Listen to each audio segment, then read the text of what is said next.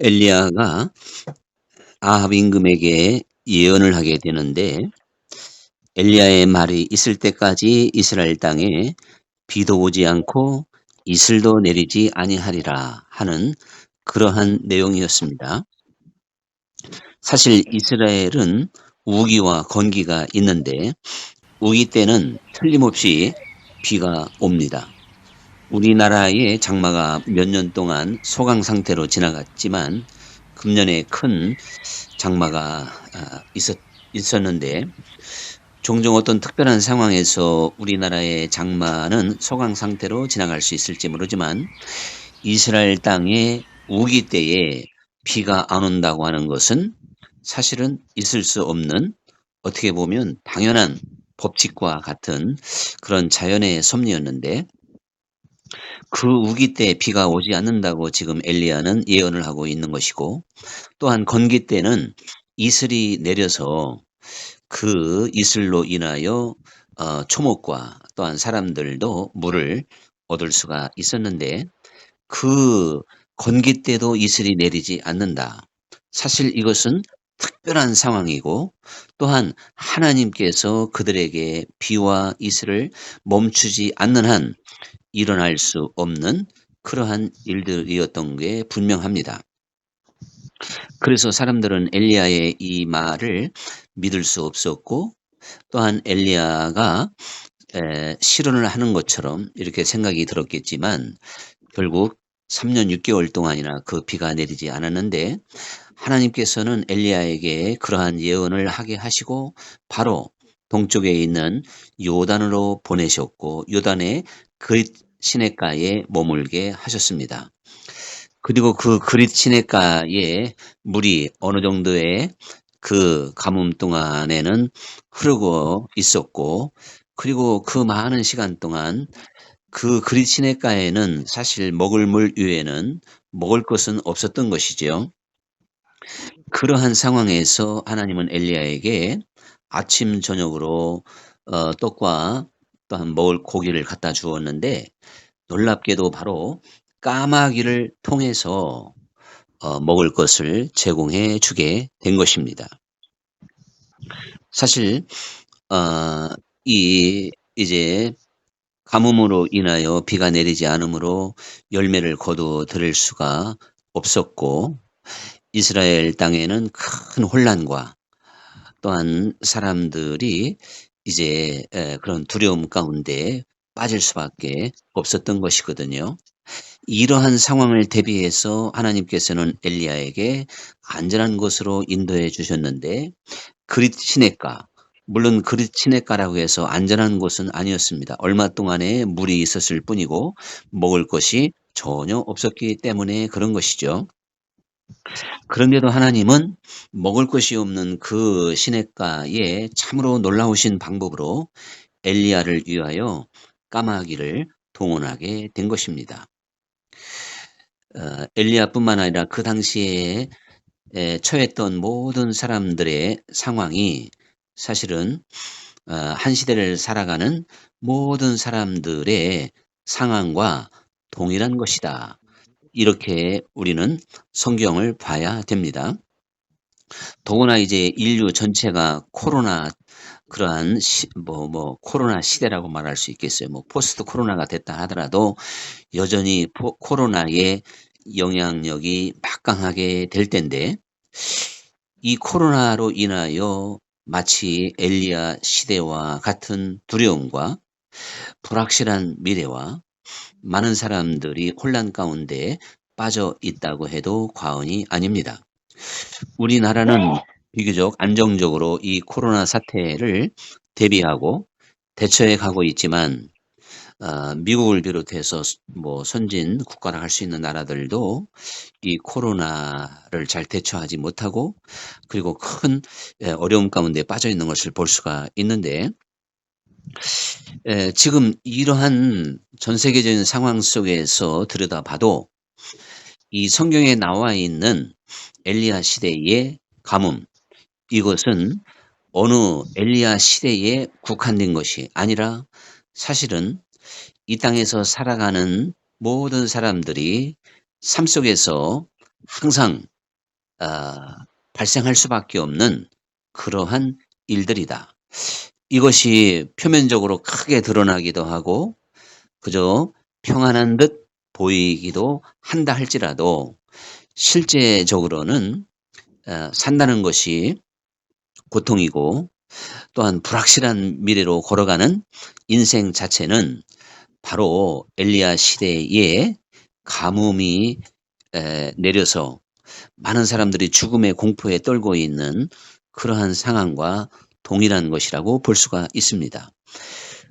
우리가 모든 것이 다 안정적으로 되어져 있고 또한 평안하다 한다 할지라도 인생 자체 근본적인 것을 들여다보면 여전히 우리에게는 먹을 것이 필요하고 쓸 것이 필요하고 미래에 대한 안전을 기대하기 때문에 누구든지 이 세상을 험난하게 바라보지 않을 사람은 아무도 없을 것입니다. 그래서 우리가 하나님을 알면 알수록 또한 인생을 알면 알수록 하나님께서 나를 보호하시지 않는다면 나는 이 땅에서 결코 살아갈 수 없는 존재다 라고 하는 것을 깨닫게 되는데 우리는 종종 주변의 사람들이 갑자기 사고를 당하든지 또한 질병을 당하든지 죽음을 당하는 그러한 일들을 목도하면서 오늘도 하나님께서 내 건강을 지켜주지 않는다면 오늘도 하나님께서 내게 필요한 것을 허락하지 않았다면 또한 내 생명을 지켜주지 않았다면 내가 이 땅에 발붙이고 살 수 있겠느냐 이것을 솔직하게 고백할 때가 한두 번이 아니었을 것입니다. 오늘 이 말씀을 함께 나누는 우리 모두도 그렇게 분명히 고백할 수 있는 믿음을 가진 분들이시죠. 이러한 것이 바로 우리의 인생살이고 이 세상이라고 볼 때 우리는 실제적으로 피부적으로 느끼게끔 엘리야 시대에 어려움이 왔는데 그 가운데서 하나님은 완벽하게 보호하시는 하나님의 모습을 보여주고 있는 것입니다. 그래서 하나님은 엘리야를 미리 요단의 그릿 시냇가로 보내게 되었고 내가 너를 위하여 까마귀를 예비할 것이며 그 까마귀로 인하여 아침 저녁으로 너에게 먹을 것을 주리라. 이것을 보장해 주시며 엘리야를 그것으로 인도해 주셨습니다. 하나님께서 엘리야에게 미리 이것을 약속하셨고 보장해 주셨듯이 사실 성경 말씀을 통해서 우리에게 이미 보장해 주셨고 약속해 주셨지 않습니까? 공중의 새를 보라 들에 있는 백합화를 보라 말씀하시며 너희는 하물며 공중의 새와 백합화보다 더 귀한 존재인데 걱정할 필요가 무엇이 있겠느냐 이렇게 말씀하셨던 것은 우리가 다시 한번 생각해 본다면 엘리야에게 약속하셨던 하나님의 모습을 재현하고 있는 것이다. 이렇게 믿어야 될 줄로 믿습니다. 아멘. 하나님께서는 엘리야에게만 약속하신 것이 아니라 오늘 우리들에게는 더 완벽하게 사실은 약속을 하신 겁니다. 부활하신 주님께서 성령을 보내시고 또한 주님께서 우리 마음에 오셔서 내가 너희를 구하와 같이 버려두지 않고 세상 끝날까지 언제나 함께 할 것이다.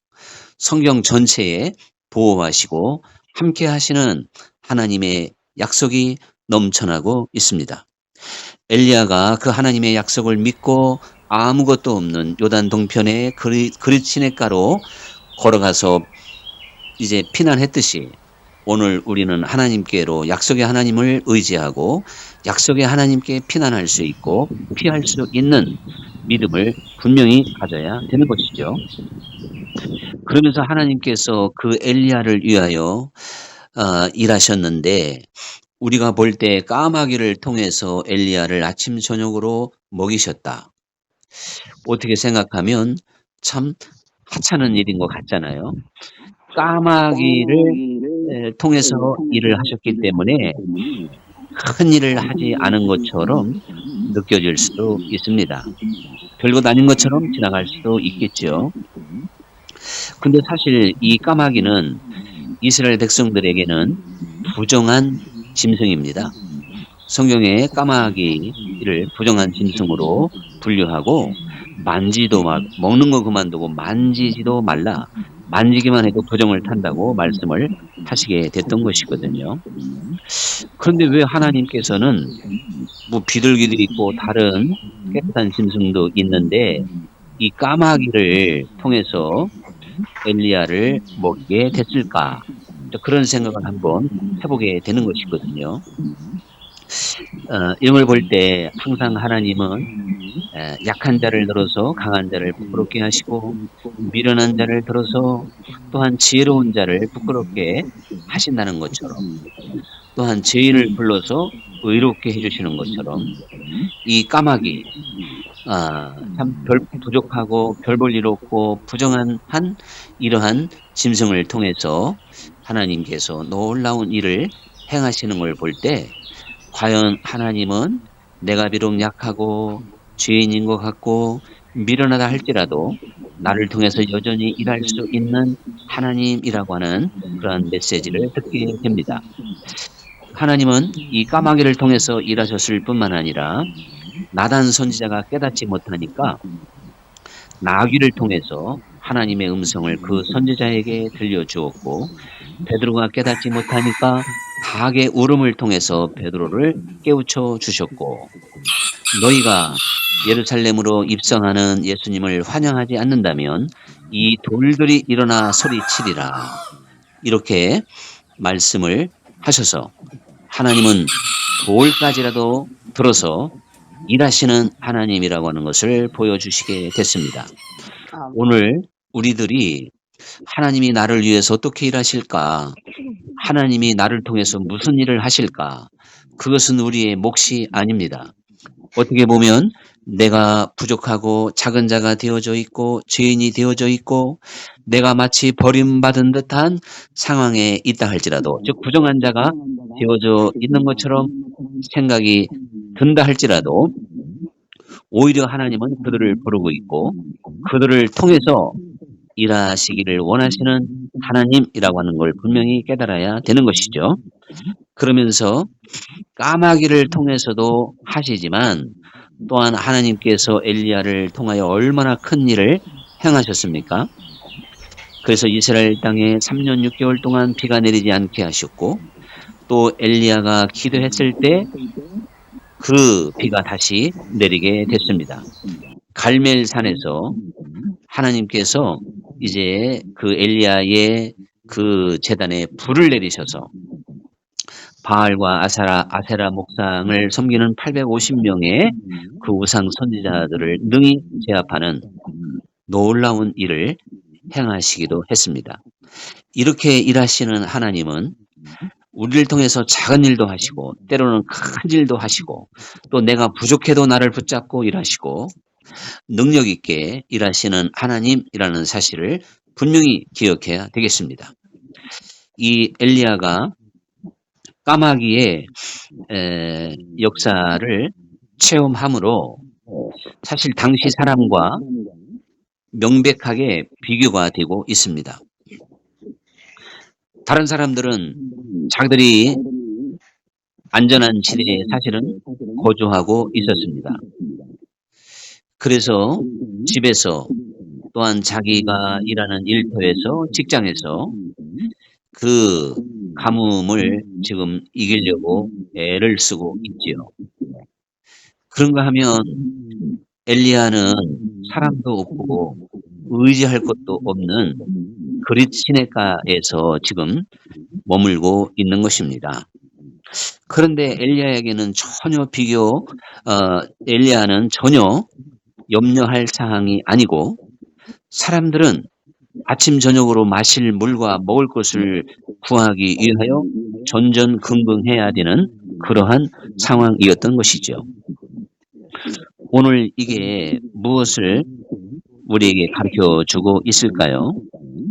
우리는 바로 하나님의 이 까마귀 역사로 인하여 하루하루가 염려가 없는 그러한 이 세상의 길을 걸어가야 됩니다. 우리가 만약에 오늘도 염려할 수밖에 없고 또한 염려로 가득 찬 내 생각과 마음이라면 나는 아직도 저 이스라엘 땅, 하나님이 지시한 땅이 아닌 이스라엘 땅에 가뭄이 있고 먹을 것이 없고 자기가 직접 마실 물도 모든 것을 해결해야 되는 그러한 고통의 자리에 있다고 생각해 볼 수가 있습니다. 그런데 엘리야는 하나님이 머물러라 하셨던 그 자리에 있었기 때문에 전혀 염려가 없습니다. 아침이면 틀림없이 까마귀가 찾아왔고 저녁에도 떡과 고기를 가져오게 됐습니다. 이것이 바로 하나님이 지시한 땅에 있는 사람과 그렇지 못한 사람의 근본적인 차이가 됩니다. 우리가 하나님께서 머물라 하신 땅에 머물게 되면 결코 염려 없이 지금 상황은 이슬도 내리지 않은 극심한 가뭄이라 할지라도 때를 따라 도우시는 하나님을 보며 마음의 평안함을 가질 수 있고 염려를 지울 수가 있다는 사실이죠. 그 생각해 보면 이 까마귀 역사는 하나님의 참으로 놀라운 방법입니다. 이 까마귀가 음식을 어디에서 구했을까? 이거 한번 생각해 보면 참 신기하지 않을 수가 없습니다. 까마귀가 떡과 고기를 굽든지 만들 수가 있을까요? 그렇다고 까마귀가 어느 집에 가서 조석간에 항상 그것을 훔쳐왔겠습니까? 하나님께서 설마하니 까마귀에게 도둑질을 시켜서 엘리야를 먹이셨을까?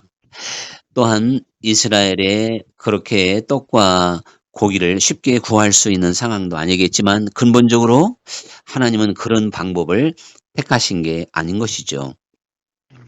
이 음식과 고기는 저 하늘에서 만나가 내렸듯이 하나님께서 직접 까마귀 입에 물려주게 된 것입니다. 그것을 이제 엘리야에게 갖다 줬는데 하나님께서 이 엘리야에게 직접 하늘에서 만나를 내리듯이 이렇게 역사하실 수도 있지만 이제 하나님은 엘리야에게 그렇게 역사를 하시지 않았던 것이죠. 더 이상 광야 시대와 같은 그러한 방법이 아니라 바로 무언가를 통해서 이렇게 일을 하시게 됐습니다. 오늘날도 하나님은 우리에게 저 하늘에서 돈이 뚝 떨어지게 하는 분이 아니고 하나님께서 직접 우리에게 무엇을 해주시는 분이 아닙니다. 그래서 응답도 사실은요, 많은 사람 내가 하나님의 음성을 들었다. 사실은 우리가 신약의 관점으로 본다면 하나님이 우리에게 직접 음성을 들려주는 그런 시대는 아닙니다. 그러나 특별한 상황에서 있을 수는 있겠지요. 가능성은 있지만 이게 허다한 일이 아닌 것이고 하나님께서 성서적으로 역사하는 방법은 아닌 것이다. 그래서 하나님의 음성을 직접 들었다고 하는 사람들의 대부분이 다 잘못된 그러한 결과로 빠진 것을 우리는 직접 확인할 수도 있는 것입니다.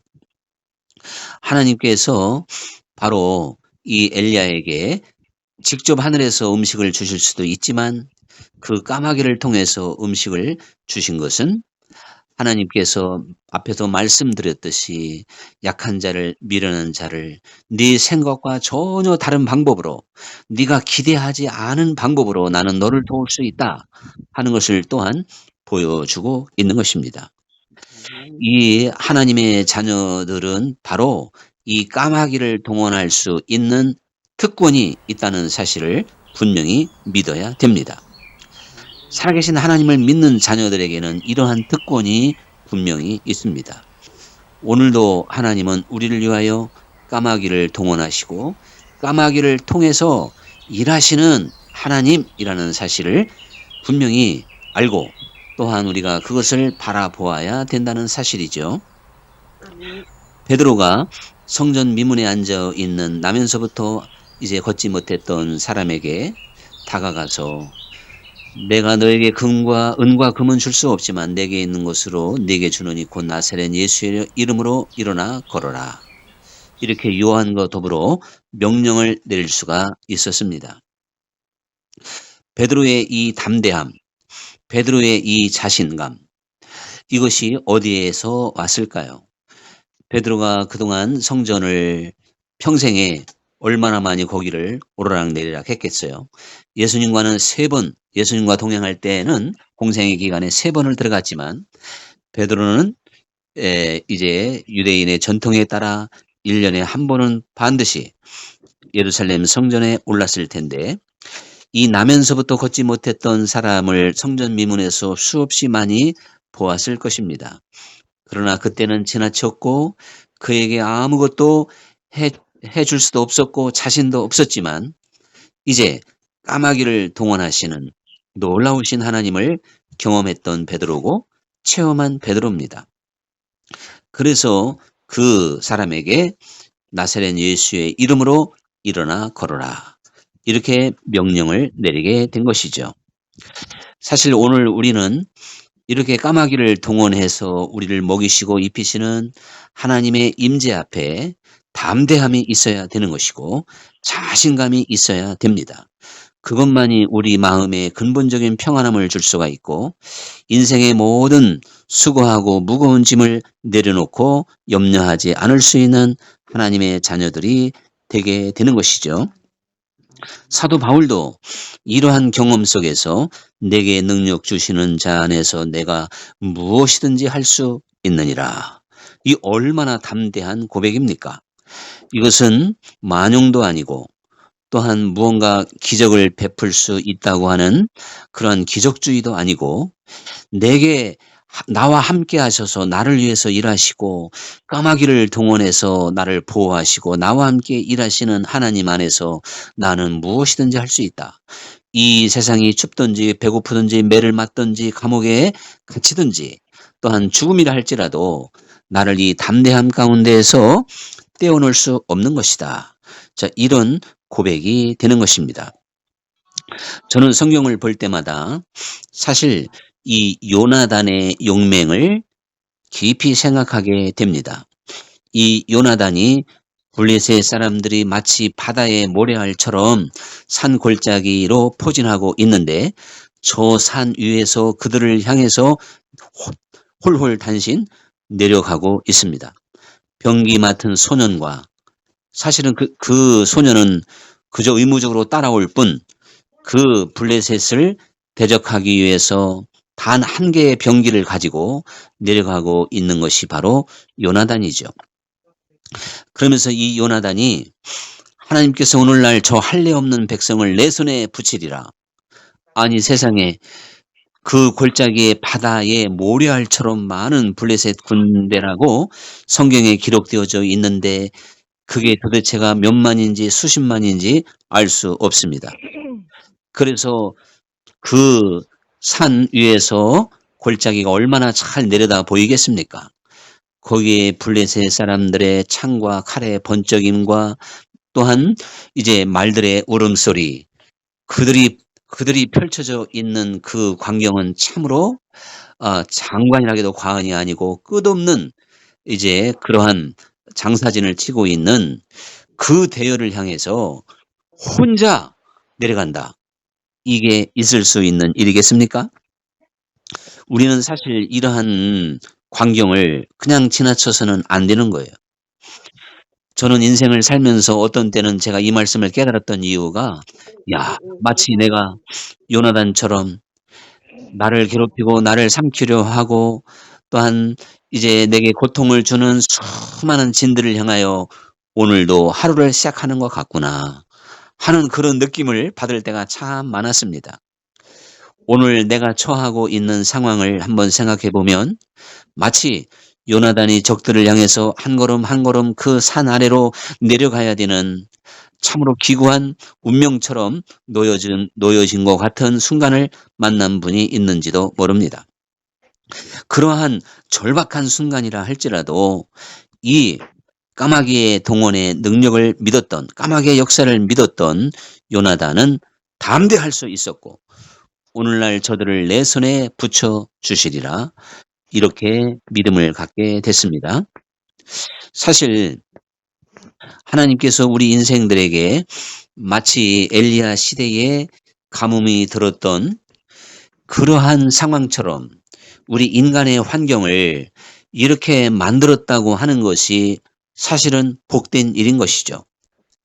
에덴 동산을 하나님은 먼저 만들었지만 아담과 하와가 타락을 해버리고 말았습니다. 그리고 그 에덴 동산이 이제 가시를 내고 엉겅퀴를 내는 그러한 땅이 되었지만 하나님은 바로 그러한 땅을 통하여 오히려 하나님의 사람을 만들어내고 있으며 그러한 시련과 고통을 통하여 오히려 하나님을 의지하도록 만드시는 것이 하나님의 섭리였습니다. 그래서 하나님은 그 엘리야에게 그릿 시냇가로 가라 이렇게 말씀을 하시고 있습니다. 오늘 우리들이 처한 곳은 에덴 동산이 아니고 바로 가시와 엉겅퀴를 내는 이 세상입니다.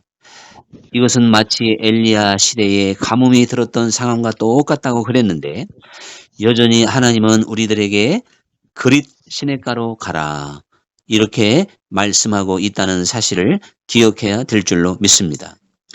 그릿 시냇가는 바로 오늘날 기도의 자리라고 말씀드릴 수가 있습니다. 예수님께서 골방에 들어가서 기도하라. 은밀하게 보시는 네 아버지가 갚아주시리라. 이렇게 말씀을 하시게 되었는데 사실 기도야말로 가장 강력하게 하나님을 바라보는 것입니다. 그 그릿 시냇가에는 흐르는 물만 있을 뿐 사람도 없었고 아무것도 없습니다.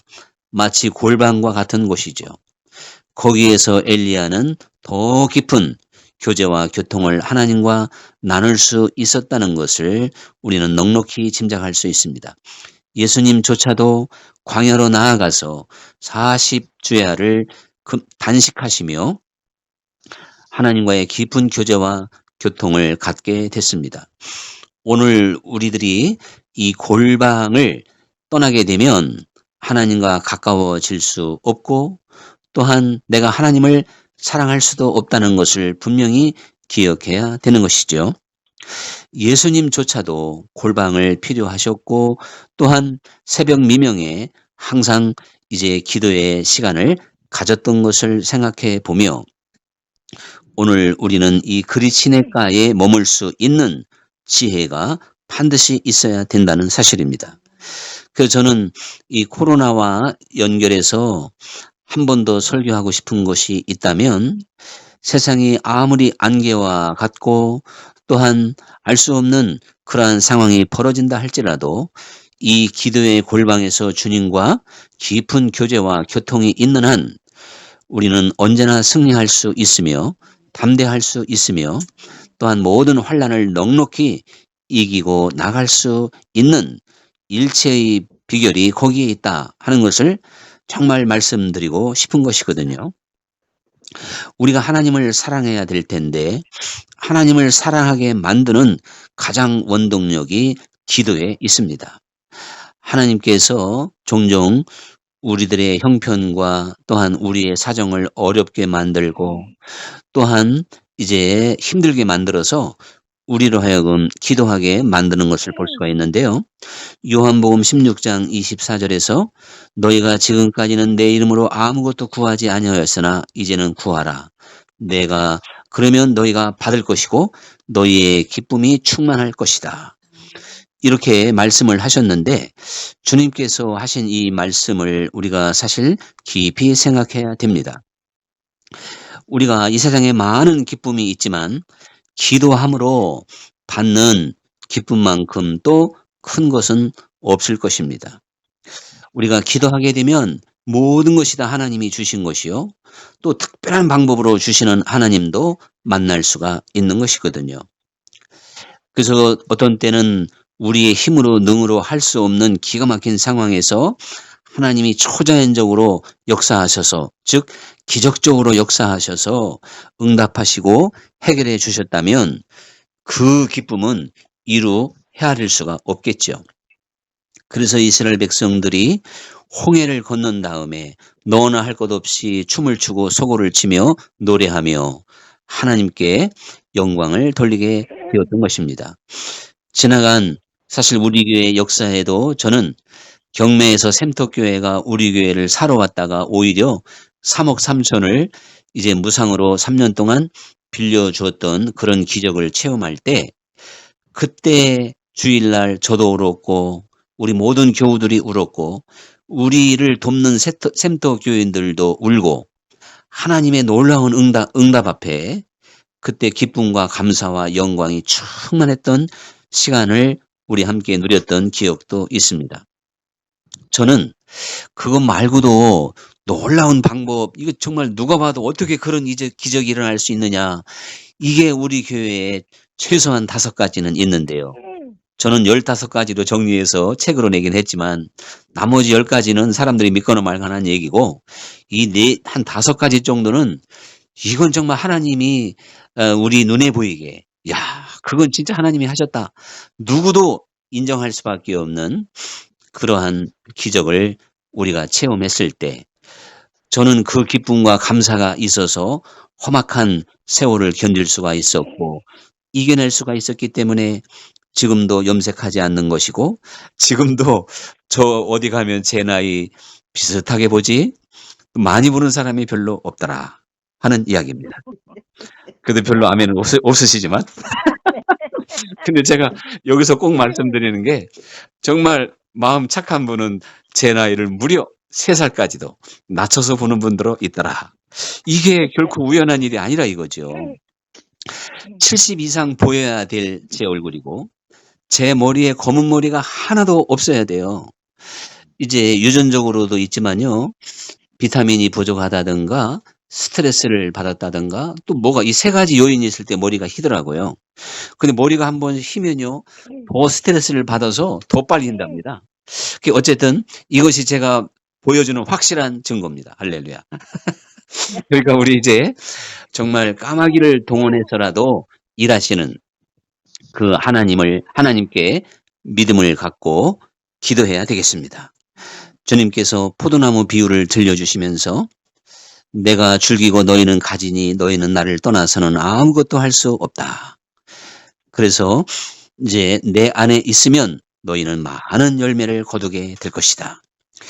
그릿 시냇가로 가서 거기서 잠잠히 하나님을 바라보며 또한 기도하기를 힘쓰는 우리 모두가 될 때만이 나의 원줄기가 되는 포도나무가 되시는 원줄기인 예수님께 붙어있는 유일한 방법이라는 것을 다시 한번 기억하고, 이제 이 특별히 코로나 시대를 맞이하여 기도의 골방을 만드시고 거기에서 오히려 전화위복에 복을 받는 우리 모두가 될 수 있기를 간절히 축원합니다.